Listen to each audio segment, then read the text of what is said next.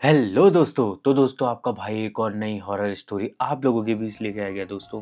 तो दोस्तों ये स्टोरी स्टार्टिंग करते हैं। क्या होगा अगर आप लोग सुसाइड करने जा रहे हो और अचानक पीछे से आपको कोई रोक ले, लेकिन समस्या ये हो कि कमरे में आपके अलावा कोई हो ही नहीं।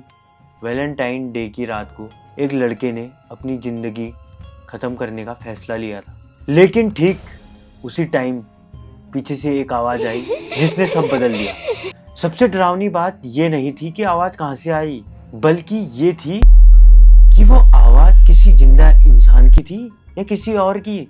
आज की कहानी सुनने के बाद शायद आप प्यार और जिंदगी को पहले जैसा कभी नहीं देखोगे। ये कहानी एक मेरे सब्सक्राइबर ने भेजी थी। उसने कहा, भाई ये कहानी मेरी जिंदगी की सबसे सच्ची डरावनी घटना पर आधारित है। अगर उस रात वो आवाज़ नहीं आती तो शायद आज मैं जिंदा नहीं होता। तो इसमें लड़के का नाम तो मैं ले नहीं सकता हूँ। उसने बोला कि नाम वगैरह मत करना, सब चेंज कर देना और शहर वगैरह सब कुछ चेंज है। तो ये कहानी है उत्तराखंड के एक छोटे से शहर की, जो कि वो शहर पिथौरागढ़ में आता है। तो उस शहर का नाम है धारचूला। धारचूला में रहता है राहुल। राहुल एक नॉर्मल साधारण टाइप का बंदा होता है और उसकी फैमिली का बैकग्राउंड नॉर्मल बैकग्राउंड से ही आता है। वो मिडिल क्लास फैमिली से आता है, तो उसके ज़्यादा बड़े सपने भी नहीं होते हैं। उसकी पूरी स्कूलिंग 12th तक धारचूला में होती है और वहीं पैदा होता है वो, और दोस्त वगैरह सब कुछ वहीं होते हैं उसके। जहाँ उसकी पूरी दुनिया धारचूला ही होती है। फिर वहाँ कोई कॉलेज वगैरह तो थे नहीं, तो फिर उसने पिथौरागढ़ ही आना पड़ा। पिथौरागढ़ में ही है एक कॉलेज, तो वो धारचूला छोड़ के फिर पिथौरागढ़ आ गया।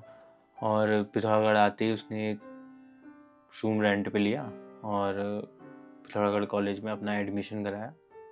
बीकॉम से एडमिशन वगैरह सब कराया उसने, अपना रेंट पे लेने लग गया। कॉलेज भी स्टार्ट कर दिया था उसने। लेकिन वो बंदा ऐसा था कि रैंडम लोगों से ना ज़्यादा बात कर पाता था, ना किसी से बोलचाल हुई उसकी।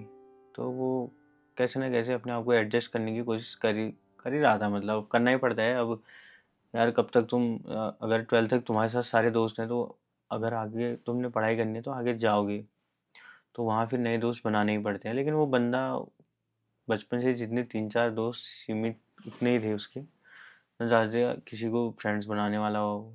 तो फिर एडजस्ट करना ही पड़ेगा, उसने अब बाहर गया है तो फिर कॉलेज वगैरह जाता था वो, ना किसी से बात करता था। जैसे क्लास कंप्लीट उसके बाद सीधे कमरे में अपना खाना वाना खाया, बनाया, खाया, पढ़ाई करी, सो गया।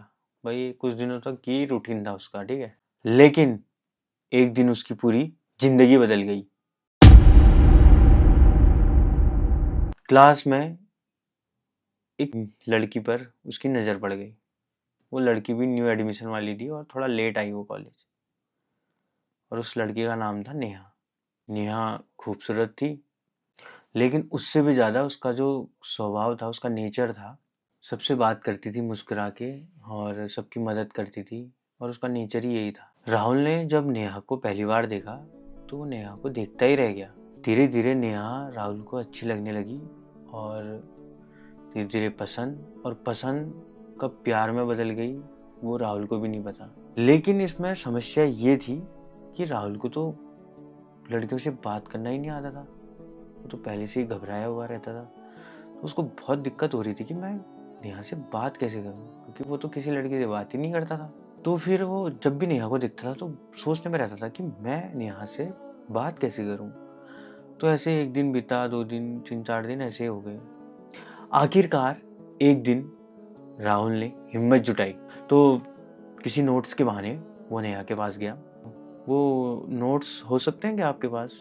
तो नेहा मुस्कुराई और बोली, हाँ क्यों नहीं। क्योंकि नेहा का नेचर ही था कि हर किसी की मदद करना। बस इतना नोट्स देने तक वहीं से बात शुरू हो गई। तो 1-2 मिनट उन्होंने नोट्स की बातें करी कि चाहिए क्यों नहीं, हाँ क्यों नहीं। तो नोट्स से लेके वो एक आधा घंटा 1 घंटा कब बीता वो उनको ही पता नहीं चला।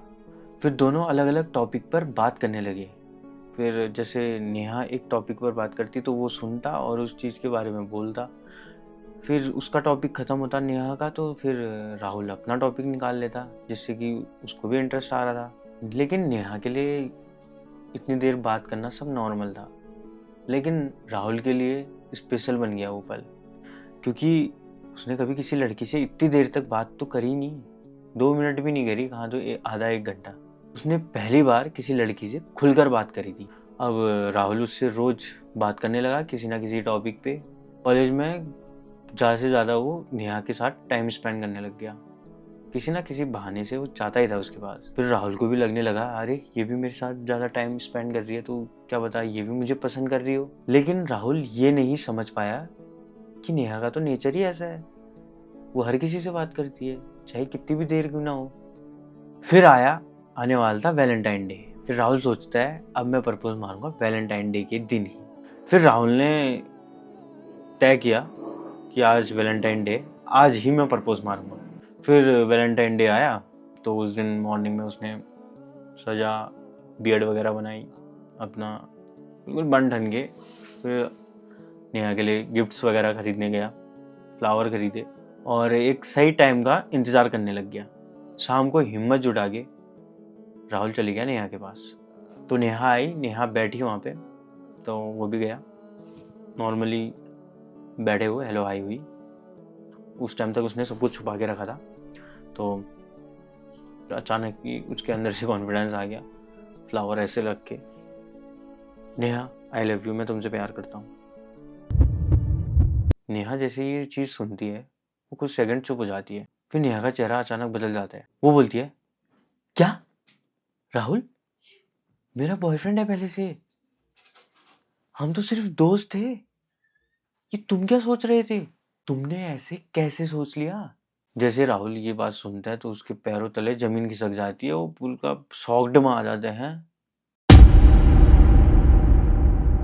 फिर राहुल समझाने लगा, यार वो सब तो मुझे नहीं पता, बट मैं तुम्हें बहुत प्यार करता हूँ, बहुत अच्छे से रखूंगा। नेहा को फिर बहुत ज़्यादा गुस्सा आ जाता है, वो उसके हाथ से फूल छीनकर उसके मुंह पे मार देती है और वो बोलती है मेरी नज़र से दूर हो जाओ, और वो नेहा वहाँ से चली जाती है। उस वक्त जब वो ये चीज़ें सुनता है का दिल पूरी तरह से टूट जाता है। रात को फिर वो शाम हो जाती है, फिर रूम पे पहुँचते पहुँचते रात हो जाती है। तो रूम में पहुँचता है वो अपने, उसको रूम में पहुँच के बिल्कुल खालीपन लगने लगता है। उसके दिमाग में बार बार वही शब्द घूम रहे थे, चले जाओ यहाँ से, चले जाओ यहाँ से, मेरी ज़िंदगी से दूर हो जाओ। तो वो सुन के उसको ऐसा लगता है कि सब खत्म हो गया। रात के करीब 12 बजे जब वो रोते रोते 12 बज जाते हैं, तो फिर वो एक फैसला लेता है कि अब सब कुछ खत्म हो गया है, अब मैं सुसाइड कर लेता हूँ, अब सब कुछ खत्म। जैसे ही वो पंखे में एक रस्सी लटकाता है या किसी मतलब रस्सी टाइप का ही होता है, वो उसको पंखे में लगाता है ऊपर, तो जैसे ही मतलब उस पर चढ़ने की ओर जाता है, पीछे से आवाज आती है, ये गलती मैंने भी करी थी, तू मत कर। जैसे ही वो पीछे मुड़कर देखता है, पीछे कोई नहीं होता। उसका दिल और ज्यादा धड़कने लग जाता है। बोलता है, यार कमरे में तो कोई है नहीं, तो ये आवाज कहाँ से आई? फिर वो डर के मारे कोने में बैठ के वहां पे बैठ जाता है। तो सोचता है ये आवाज कहाँ से आई। फिर एक और आवाज फिर से आती है साफ करके, मेरे साथ भी ऐसा हुआ था, मैंने भी दिल टूटने पर अपनी जान दे दी थी। फिर कमरे में ठंडी हवा चलने लगती है, आवाज बोलती रही, जरूरी नहीं जिसे तुम प्यार करो वो भी तुम्हें प्यार करे, गलती उसकी नहीं, गलती हमारी सोच की होती है। फिर आवाज फिर से आती है, वो बताती है कि मैंने भी इसी दर्द में सुसाइड किया था और अब भटक के पछता रही है। मैं अपनी गलती सुधार नहीं सकती, लेकिन तू अभी भी अपनी जिंदगी बचा सकता है। राहुल जैसे ये बातें सुनता है तो फूट फूट कर रोने लगता है।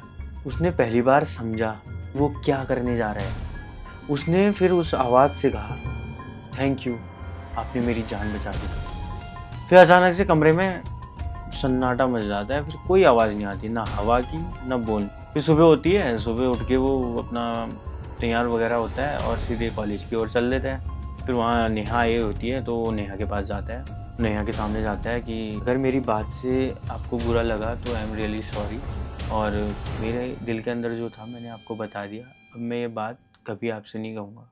नेहा भी शांत हो जाती है उसको देख के कि हाँ यार सॉरी बोल रहा है। फिर बोलती है हाँ कोई बात नहीं, हम दोस्त हैं, क्योंकि नेहा का नेचर अच्छा होता है, हेल्पिंग नेचर होता है, तो अच्छे से मान जाती है। कोई सॉरी बोल रहा है तो इट्स ओके, कोई बात नहीं, हम अच्छे दोस्त हैं। फिर राहुल जैसे उससे सॉरी बोल रहा है उसके बाद वो इट्स ओके बोलती है, तो उसके बाद उसका दिल रिलैक्स हो जाता है और उसका दिल हल्का हो जाता है और वो शांत हो जाता है। फिर वो रूम में जाता है और रूम में बताने लगता है कि मैंने उस लड़की से सॉरी बोला, और उस आवाज़ को पुकारने लगता है, लेकिन रिस्पॉन्स कुछ ना आए। वो 1-2 घंटे तक उस आवाज़ से बात करने की कोशिश करता है तो रिस्पॉन्स कुछ नहीं आता, कभी कोई आवाज़ ही नहीं आई। जिस सब्सक्राइबर ने मेरे को ये कहानी भेजी उसने कहा शायद उस आत्मा को मुक्ति मिल गई होगी, क्योंकि उसने किसी की जान बचाई, तो उसके आत्मा को क्या पता मुक्ति मिल गई, क्योंकि उसके बाद कोई आवाज़ नहीं आई उस रूम में। और उस दिन राहुल ने एक बात सीखी, प्यार खूबसूरत होता है लेकिन उससे ज़्यादा ज़िंदगी खूबसूरत होती है, क्योंकि कभी-कभी हमारी ज़िंदगी बचाने के लिए भगवान किसी इंसान को नहीं, एक भटकी हुई आत्मा को भेजते हैं। सो गाइस, ये कहानी एक सब्सक्राइबर ने भेजी जो कि आपको पता ही है। उसने बोला कि आप स्टोरी टेलिंग करते हो तो क्यों ना ये कहानी दुनिया तक पहुंचे। तो आपके पास भी ऐसी कोई कहानियां हैं तो मुझे बताइए, मुझे डीएम कीजिए, कमेंट कीजिए, मैं आपसे कनेक्ट होने की कोशिश करूंगा। वीडियो अच्छी लगी होगी तो लाइक कमेंट सब्सक्राइब जरूर करना, और मिलते हैं नेक्स्ट वीडियो में। धन्यवाद।